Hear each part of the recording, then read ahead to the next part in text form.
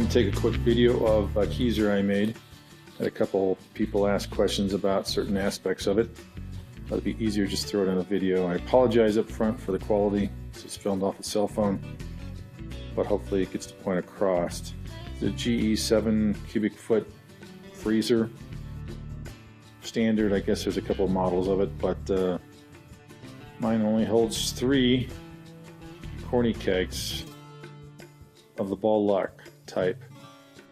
Anyway, let's start with the collar and the controller. Several people have asked about the controller. It is a simple controller. I got it off eBay. It was 21 bucks. It's a Fahrenheit controller.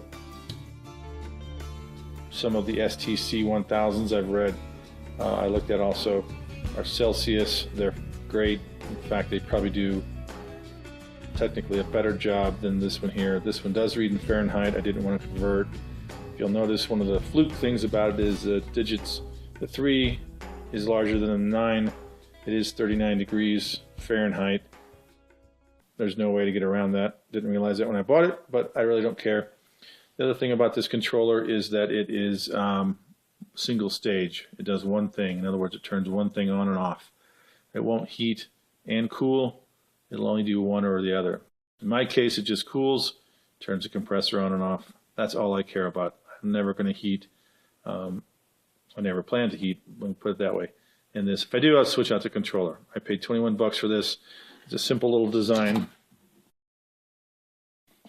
Comes with a temperature probe, the standard one, rubberized, waterproof, works fine for my needs. Has 120 volt power coming in through the back of the collar up to the front. Feeds 120 volts to it, and then 120 volt power line goes to the back, which gives the compressor power. Sorry, not paying attention there. Easy little thing. This little cap comes off, 2 screws come off, and you can screw your wires down.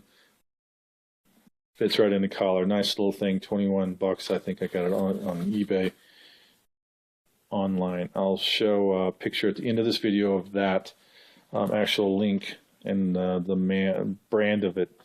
The collar is just a metal collar around the wood base. It's actually yard edging. I heated it, bent it, and then the hammer, or the paint here is hammer paint. I'll show you a picture of the paint once I'm done as well. That's it for that. Others have asked about the blue lights I have. They're just simple automotive lights. I think I got them at Walmart or AutoZone. If you look at the top of the Keezer, right along the top up here, there's an aluminum strip. Come in 2 pieces. They're 12 volt operated. They shine straight down. If I look beneath it, you'll see just mini LEDs that operate off a 12 volt system. On the back of my Keezer is pretty standard. I got a couple things that might be different. Right here, I've got a surge protector. That surge protector is 120 volt or 20 amp surge protector. I have power coming into it. Well, basically, I took a long extension cord I purchased at the hardware store, cut the end off. I ran it into the surge protector here. The other end goes over to the wall, plugs in, comes into the surge protector. Kind of hard to see, but comes into the surge protector here.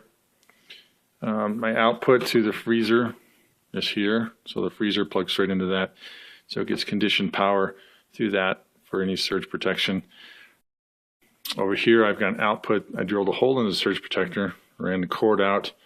It's actually just a chunk of the long extension cord that I purchased that runs into it. I think I got like a 20 foot. I cut 5 off and used the 5 going out of this into the back of the Keezer through the collar to run to the controller.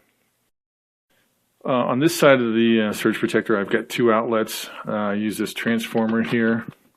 It's a 12 volt transformer that runs the blue lights on the front. So once again, those are automotive lights. Have to have a 12 volt supply. I have a 120 to 12 volt DC transformer right there that I run. It goes up to the collar as well and goes in and turns the lights on and off. On the back side here of the collar, I have an on-off light. You'll see for the actual LEDs in the front. turn them on and off back here. Obviously don't have them on all the time, but when I do, just click switch there. So the 12 volts goes from that switch up to the front, turns the LEDs on and off. So I'll show you another option you can have for the transformer there with a power strip or some other type of power supply if you'd like. On a budget, you could use a smaller surge protector or power strip like this. Simply remove the cord here with another cord. In other words, go to the store, buy a longer cord of the same size and amperage. Unscrew the screws here in the back. I would recommend removing this cord, discarding it, running your new extension cord into this. From there, drill a small hole here, run the remainder of the extension cord out to the actual controller of the Keezer. That way you get, I guess, an on-off switch here if you need it, which I don't know why you would. You get additional outlets, and if you used a different one, this is pretty much a piece of junk, but if you used a quality one, you could get some kind of surge protection for the compressor. The compressor would then just plug into one of these.